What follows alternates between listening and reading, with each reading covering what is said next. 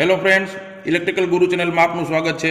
હું છું p.r.solanki અને આજે આપણે 3 પોઈન્ટ સ્ટાર્ટર છે એના અલગ અલગ પાર્ટ્સ વિશે જાણીશું અને એના ટર્મિનલ કઈ રીતે ફાઇન્ડ કરવા એના વિશે જાણીશું. તો સૌથી પહેલાં જો તમે મારી ચેનલને સબસ્ક્રાઇબ ન કરી હોય તો સબસ્ક્રાઇબ કરી લેજો અને એની બાજુમાં તમને બેલ આઇકનનું બટન આપેલું છે, એની ઉપર ક્લિક કરવાનું ના ભૂલતા અને એની બાજુમાં ઓલ નોટિફિકેશન ઉપર સિલેક્ટ કરજો. બરોબર?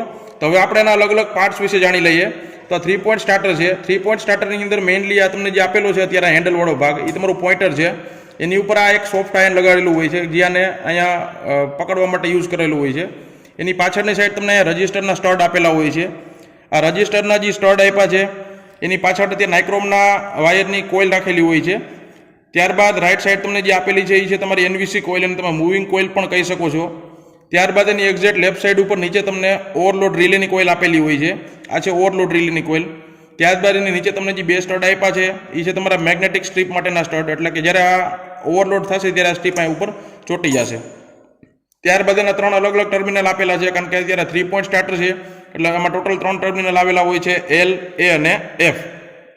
તો આ તાના અલગ અલગ પાર્ટ્સ. હવે આપણે આના ટર્મિનલ કઈ રીતે ફાઇન્ડ કરવા એના વિશે જાણી લઈએ. તો ટર્મિનલ ફાઇન્ડ કરવા માટે તમારે સૌથી પહેલા સિરીઝ ટેસ્ટિંગ બોર્ડની જરૂર પડશે. તો આપણે સિરીઝ ટેસ્ટિંગ બોર્ડ લઈ લઈએ. હવે આપણે જોઈએ આની અંદર અલગ અલગ કે આમાં એક પોઈન્ટ તમારે રાખવાનો છે તમારા પોઈન્ટર ઉપર અત્યારે અહીંયા, અને બાકીનામાં વારાફરતી ચેક કરતું જવાનું. જે જગ્યાએ લાઇટ થશે એ તમારો એલ વાળો છેડો થશે. પોઈન્ટર આરે જેની કન્ટિન્યુટી દેખાડશે એ તમારો એલ વાળો છેડો થશે, એટલે પહેલો છેડો છે એ તમારો એલનો છે. ત્યારબાદ બીજો પોઈન્ટ છે એ તમારે રજિસ્ટરનો જે લાસ્ટ વાળો છેલ્લો છેડો આપ્યો છે અહીંયા ઉપર સ્ટડ વાળો ત્યાં રાખવાનો છે, અને બીજો છેડો વારાફરતી ચેક કરતું જવાનું છે. તો ટોટલ 2 જગ્યાએ લેમ્પ થશે. એક જગ્યાએ એકદમ બ્રાઇટ થતો હોય છે, એક જગ્યાએ ડીમ થશે. તો જે પોઈન્ટ ઉપર એકદમ બ્રાઇટ લેમ્પ થશે એ તમારો એ વાળો એટલે કે આર્મેચરનો છેડો થશે.